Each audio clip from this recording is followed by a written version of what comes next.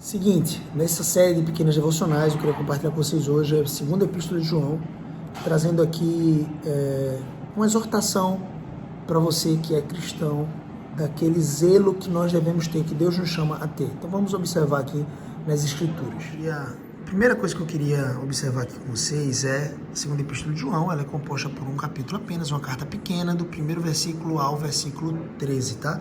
Eu estou aqui com a Bíblia de Estudos de Genebra. É uma Bíblia de Estudos que eu reputo alguma credibilidade. E aqui você tem uma certa introdução a essa epístola, tá? O apóstolo João, provavelmente foi o autor. O propósito da carta é alertar os cristãos com respeito ao falso ensino de que Cristo não tinha vindo verdadeiramente em carne, ou seja, que Cristo não tinha... Cristo Jesus, o Filho de Deus, não tinha vindo em carne. Se ele não veio em carne, ele não morreu. Se ele não morreu, ele não ressuscitou. E se ele não ressuscitou, é vã a nossa esperança. O apóstolo Paulo já havia falado sobre isso também em outra epístola. E o segundo objetivo é incentivar a hospitalidade aos pregadores do verdadeiro evangelho. Eu diria que tem um outro objetivo aqui, que é incentivar os irmãos, os cristãos, a perseverarem no amor verdadeiro em Cristo Jesus, né? O mandamento cabal, o mandamento que ele nos deixou de amar uns aos outros, assim como ele nos amou. Então aqui tem duas verdades fundamentais. O amor entre os cristãos é a preocupação moral básica dos seguidores de Cristo, e negar a plena encarnação de Cristo leva ao julgamento de Deus. É o próprio anticristo que faz isso. E aqui eu queria me concentrar nesses três primeiros versos aqui, que é o prefácio e a saudação da carta, tá? O presbítero é assim como João se autodenomina. O presbítero ele significa pastor ou mestre, enfim. A senhora eleita e aos seus filhos, a quem eu amo na verdade. E não somente eu, mas também todos os que conhecem a verdade. A verdade é o próprio Cristo, né? Que disse, eu sou o caminho, a verdade e a vida. Segundo escreveu o próprio João no seu evangelho. Por causa da verdade, versículo 2, que permanece em nós e conosco estará para sempre. A graça, a misericórdia e a paz da parte de Deus Pai e de Jesus Cristo, o Filho do Pai, serão convosco em verdade e amor. E aí, conosco, né? Perdão. E aí uma coisa interessante, né? Esse conosco que João se refere aqui, ele está se referindo à igreja. Então, vamos trazer uma aplicação prática aqui para nós. Olha só que coisa preciosa, né? A gente tem aqui diante de nós. Assim, essa carta vale muito a pena você ler, está lá no final do Novo Testamento, depois da primeira epístola de João, antes da terceira epístola de João, e também um pouco antes da epístola de Judas e Apocalipse, que se seguem. Aqui é muito interessante a gente ressaltar o seguinte: o que eu acredito que João está fazendo, né, como pastor, como apóstolo, ele está mandando uma carta para uma igreja específica, uma igreja local, e ele não está necessariamente se destinando a uma senhora, né, uma mulher. Por que eu acredito nisso? Né? Porque na terceira epístola de João, e assim como é costume também nas epístolas que a gente observa em Paulo, os apóstolos eles não têm problemas em citar nomes. Por exemplo, o evangelista Lucas, quando ele escreveu o Evangelho de Lucas e quando ele escreveu a carta de Atos de Jesus Cristo através dos apóstolos, ele escreveu para uma pessoa específica, Teófilo, era um amigo caríssimo dele, que era grego. João, aqui na terceira epístola, escreve o presbítero ao amado Gaio, a quem eu amo na verdade, ou seja, ele menciona, ele cita o nome, né? E aqui na segunda epístola ele não cita o nome dessa senhora, o que me dá a entender que não é uma mulher específica, e sim a igreja, né? A igreja é nomeada na Bíblia como sendo a noiva de Cristo.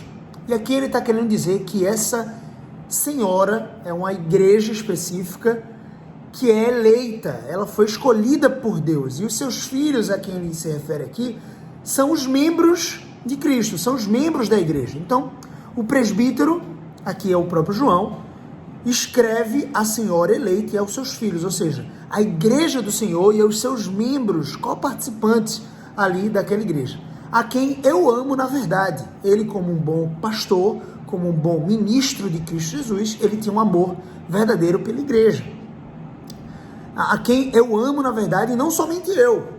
E aí vai um adendo aqui importante, né? Mas também todos os que conhecem a verdade amam essa eleita, essa senhora eleita.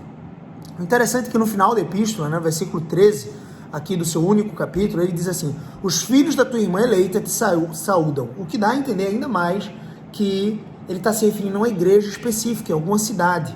Porque ele diz, os filhos da tua irmã eleita, ou seja, os membros da igreja de onde eu escrevo, aparentemente tinha que parecer algum tipo de segredo aqui. João, no meio daquela perseguição religiosa que estava acontecendo naquela época, ele aparentemente não podia revelar o local onde ele estava, algo do tipo. Então ele diz assim: os filhos da tua irmã eleita te saúdam, ou seja, os teus irmãos, né, que estão em outra igreja local, em outra cidade, saúdam vocês. E aqui vai uma coisa interessante, né? No versículo 13 ele diz: a graça, a misericórdia, a paz da parte de Deus e de Jesus Cristo, o Filho do Pai, serão conosco em verdade e em amor. Conosco, ele está se incluindo aqui.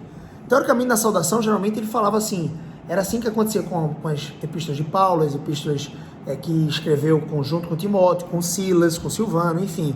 E aqui João, ele está também fazendo essa saudação, que geralmente era uma saudação destinada à igreja específica. Então, graça e a paz do Senhor sejam convosco. E aqui João faz, estarão conosco, ou seja, se incluindo aqui como igreja do Senhor. E aqui eu quero trazer uma verdade para vocês, né? O versículo 4 e o 5, ele se alegra muito, né, com o testemunho daquela igreja, e ele diz assim: agora, Senhora, agora igreja, peço-te, não como se escrevesse um mandamento novo, senão que já tivemos desde o princípio, que nos amemos uns aos outros. E o amor é este. O que é o amor, né? O que é amar um ao outro? É que andemos segundo os mandamentos de Cristo. Este mandamento, como ouviste desde o princípio, é que andeis nesse amor, no amor de Jesus, na verdade das Escrituras Sagradas. E para a gente conhecer esses mandamentos, a gente precisa estudar esses mandamentos, estudar o caráter de Cristo, estudar como podemos ser mais parecidos com Ele. Então aqui vai um esforço para que eu e você, literalmente com diligência, possamos mergulhar na Bíblia, ter comunhão com esse Deus, né, ter intimidade com esse Deus. E nessa pequena devocional eu queria fazer um alerta para vocês que está lá na primeira epístola de João também. E ele faz coro com essa segunda epístola. Ele diz assim, olha, aquele que diz que ama a Deus e odeia seu irmão, esse é mentiroso e não conhece o amor, não conhece a Deus. Então você não pode dizer que você ama a Deus se você odeia seu irmão, porque João, na primeira epístola de João, ele diz assim: você não pode dizer que ama a Deus a quem você não vê e dizer que odeia o seu irmão a quem você vê. E aqui vai uma coisa, né, interessante. João, ele diz: olha, eu estou escrevendo essa carta para a igreja do Senhor, a quem eu amo na verdade. E não somente eu, mas todos que conhecem a verdade, ou seja, todos que conhecem a Cristo amam a igreja. E eu falo aqui para aqueles que de repente estão doloridos, né, sofridos com alguma igreja específica. É óbvio, né, as igrejas como nós conhecemos aqui nesse plano, nessa terra, são instituições, mas não são instituições humanas, são instituições do Senhor. Só que infelizmente nós mesmos nos contaminamos, né, enquanto seres humanos imperfeitos. Tem uma pessoa que diz assim: se você está procurando uma igreja perfeita e encontrar essa igreja perfeita, por favor, não entre nela. Não entre, porque você vai tornar essa igreja imperfeita, porque nós somos imperfeitos. Então não tem igreja humana que seja perfeita, de fato não tem. Vai haver desavenças, discórdias, infelizmente, dissensões, não eram para haver, com certeza não. Se nós nos amássemos, não haveriam, mas nós somos imperfeitos, somos pecadores, então vai haver tudo isso. Pode haver politicagem, pode haver vaidades, mas o que eu quero te encorajar a pensar é que eu e você precisamos fazer parte de uma igreja local, embora imperfeita, mas uma igreja local que tenha pelo menos 5 critérios, né? Uma igreja séria tem pelo menos 5 critérios. Ela prega a palavra, ela dá testemunho da verdade, essa igreja, ela ama verdadeiramente, essa igreja, ela acolhe os necessitados, entenda aqui como viúvas e órfãos, pessoas que precisam, e essa igreja, ela ministra os sacramentos do Senhor, com o batismo e a Santa Ceia.